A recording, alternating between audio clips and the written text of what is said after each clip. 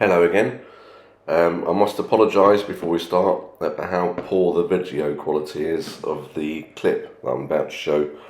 I followed some YouTuber and he suggested lots of settings for the GoPro, and I tried them and it's obviously not worked. Anyway, this is what we've got. Sorry for the poor quality. Hope you enjoy.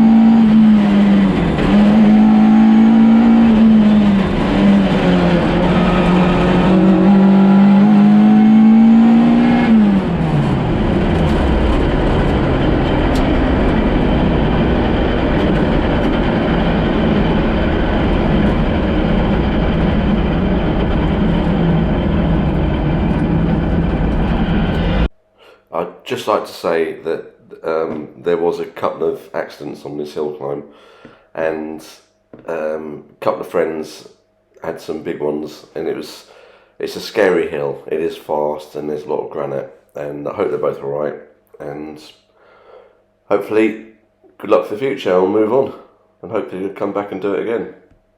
If anyone knows the settings for a GoPro 7, I'm really struggling. I've tried all different types on the internet, and the one I had was brilliant, but it's gone. I don't know what happened to it, it's just disappeared.